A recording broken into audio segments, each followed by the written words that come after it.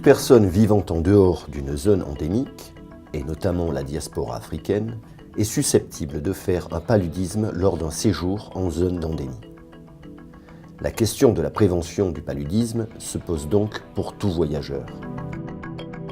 Pour vous présenter ce cours sur la prévention du paludisme chez les voyageurs, le docteur Philippe Cotret, responsable du Centre de santé des voyageurs dans l'Institut hospitalo-universitaire Méditerranée Infection au CHU de l'Hôpital Nord de Marseille.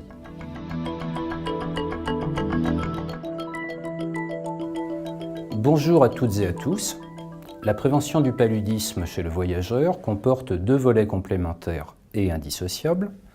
La protection contre les piqûres de moustiques d'une part et la prévention médicamenteuse ou chimioprophylaxie d'autre part. La protection contre les moustiques permet évidemment d'éviter de se faire piquer, mais aussi de tomber malade, car comme vous le savez maintenant, les moustiques sont les vecteurs de nombreuses maladies dites vectorielles. Est-il possible d'éviter totalement de se faire piquer? Non. Toute piqûre est-elle potentiellement grave? Non plus. Mais moins on est piqué, moins on court le risque d'être malade. C'est pourquoi il reste extrêmement important de se protéger le mieux possible contre les moustiques en zone endémique. Pour cela, il est très fortement recommandé de consulter le personnel de santé spécialisé avant votre départ et pas la veille. Alors venons-en aux moustiques. Les moustiques, vecteurs du paludisme, piquent plutôt le soir et la nuit. Mais ils peuvent aussi parfois piquer en journée. De plus, d'autres moustiques, piquant plutôt de jour, peuvent transmettre des maladies comme par exemple la dengue, le chikungunya et le Zika. Il est donc recommandé de se protéger le plus souvent possible. Plusieurs stratégies complémentaires permettent de réduire considérablement les risques de piqûres. Le port de vêtements couvrant le corps, manches longues, pantalons, chaussures fermées, est recommandé. Cette mesure est cependant contraignante dans des pays où la température est élevée. L'utilisation de répulsifs sur les parties du corps non couvertes est essentielle. Le répulsif ne tue pas le moustique, il ne s'agit pas d'un insecticide, il permet juste de l'éloigner. Attention, l'application de ces produits doit être régulièrement renouvelée du fait de leur durée d'action limitée à quelques heures. Aucun produit ne protège pour la journée entière. Autre point important, il faut prendre en compte les conditions climatiques sur place. Plus il fait chaud et humide, plus vous devrez renouveler l'application du répulsif. Pensez bien aussi à le renouveler après chaque baignade. L'application simultanée de crème solaire et de répulsif est possible, mais il convient d'appliquer d'abord la crème solaire, puis le répulsif après un délai de 20 minutes. Plusieurs principes actifs ont démontré leur efficacité, comme le diéthyltoluamide ou DIT, comme par exemple insectes-écrans zone infestée, l'IR3535 comme 5 sur 5 tropique, l'icaridine et le PMB-RDO. Ils sont commercialisés à différentes concentrations et sous différentes formes galéniques, telles que gel, spray, lotion, lait corporel, roll-on, stick, etc. Les bracelets, quant à eux, sont à éviter car ils ne protègent que le poignet. La citronnelle, les essences de géranium ont des effets très modestes, ne sont sûrement pas adaptés au contexte tropical, de même que les ultrasons dont l'efficacité reste à démontrer. Le DIT est la molécule qui a été le mieux évaluée jusqu'à présent. Dans le cadre de la lutte contre les anophèles, le répulsif doit contenir au moins 30% de principe actif et ne pas dépasser cette concentration chez l'enfant de moins de 12 ans et la femme enceinte. Son utilisation chez l'enfant de moins de 6 mois n'est pas recommandée. Avant l'âge de 2 ans, faites attention, elle doit être de courte durée et limitée à 1 ou 2 applications par jour selon l'âge. Jusqu'à 12 ans, 2 applications par jour sont recommandées, 3 au-delà. Toutefois, selon le contexte, forte transpiration, baignade, douche, en fait, à chaque fois où le produit est éliminé, vous pouvez être amené à renouveler ces applications. Évitez l'application sur les mains chez l'enfant à cause des risques d'ingestion qui peuvent entraîner des convulsions, ainsi que sur les muqueuses et les plaies, quel que soit l'âge. Autre point essentiel, la moustiquaire. C'est la meilleure protection contre les piqûres nocturnes. Cette moustiquaire doit impérativement être en bon état, sans trou, et surtout imprégnée de permétrine. Pourquoi la permétrine? car ce produit est à la fois un répulsif ou un insectifuge et un insecticide, c'est-à-dire qu'il éloigne les moustiques et tue ceux qui insistent. La durée d'action et la résistance au lavage dépendent des modèles. Une vieille moustiquaire doit donc être remplacée ou réimprégnée. Sachez qu'il existe des moustiquaires adaptés aux berceaux et aux poussettes. L'utilisation d'une moustiquaire imprégnée la nuit et de répulsifs le jour sont les deux mesures clés de la lutte contre les moustiques, vecteurs du paludisme, chez le voyageur.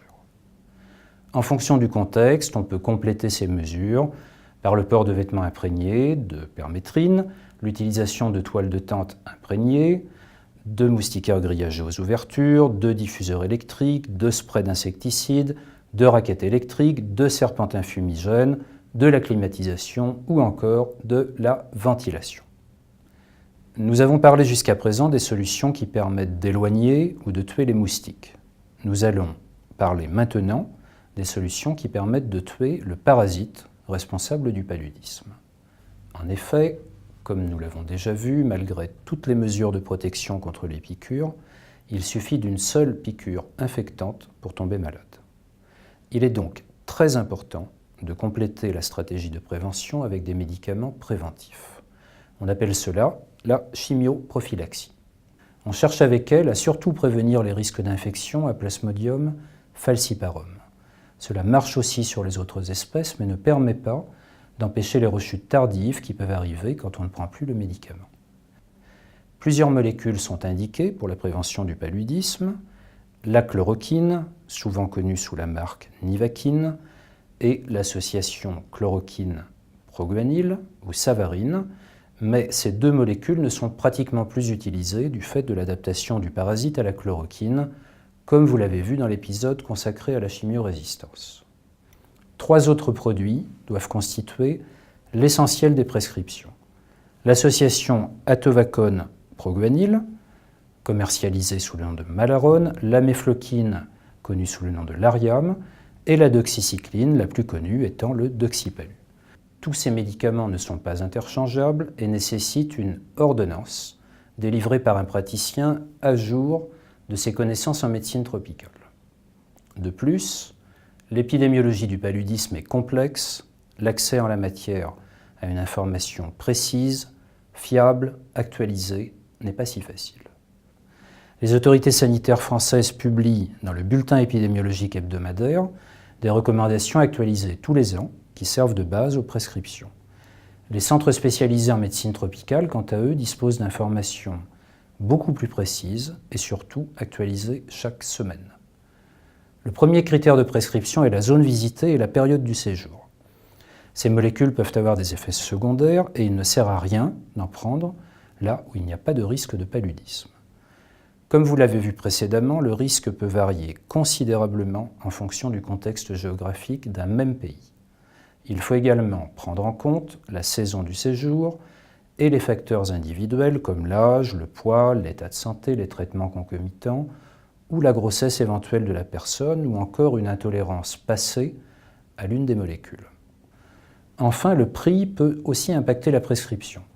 Ces médicaments ne sont que très rarement remboursés par la sécurité sociale et le coût du traitement peut varier considérablement. Sans rentrer dans le détail de la prescription, tous ces médicaments doivent être pris tous les jours, sauf l'amefloquine, le Lariam, qui se prend une fois par semaine. Ces traitements préventifs, prophylactiques, doivent être pris tout au long du séjour et pendant une durée variable également au retour. Attention, il est important de respecter ces règles. Toute interruption dans la prise de médicaments expose à un risque de maladie.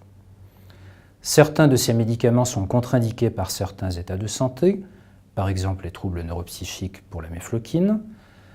Notez également qu'il existe des formes adaptées aux enfants et aux femmes enceintes. Ces traitements préventifs sont généralement bien tolérés, à la condition toutefois de les prendre au cours d'un repas, pour éviter les troubles digestifs et de préférence le soir. Les principaux effets secondaires sont les troubles neuropsychiques, les vertiges, les céphalées et les troubles du sommeil pour l'amefloquine. Et aussi les accidents de photosensibilisation pour la doxycycline, c'est-à-dire des coups de soleil relativement sévères. La durée totale du séjour est également à prendre en compte. La règle générale est de ne pas dépasser 6 mois de traitement. Pour les expatriés, une prise intermittente pendant la saison des pluies ou encore lors de déplacements en zone rurale peut être envisagée, cependant après consultation des médecins référents locaux. Dans le cas des voyageurs qui font des rotations professionnelles, des séjours brefs et répétés, une chimioprophylaxie prolongée n'est pas indiquée et la prescription d'un traitement présomptif du paludisme sera préférée. Qu'est-ce que le traitement présomptif ? Pour un voyageur qui voyage trop longtemps ou trop souvent en zone endémique et qui ne peut donc pas prendre de traitement préventif, on préfère traiter précocement toute crise supposée de paludisme. Pour être efficace, le patient doit pouvoir identifier lui-même les signes du paludisme afin de se traiter. Ce traitement présomptif dit de réserve reste une exception et on utilise des associations de molécules comme atevacone proguanil ou malarone, artéméter-luméfantrine commercialisée sous le nom de Riamet, ou encore la dihydroartémisinine piperakine, connue sous le nom de Rartésime. En conclusion, la prévention du paludisme pour les voyageurs repose principalement sur les répulsifs, les moustiquaires, les traitements préventifs. Tous ces moyens d'action ont fait la preuve de leur efficacité. Leur utilisation rigoureuse permet, dans la grande majorité des cas, d'éviter le paludisme d'importation. J'en ai terminé. Le prochain cours vous présentera l'actualité de la recherche sur les vaccins contre le paludisme. Merci pour votre attention.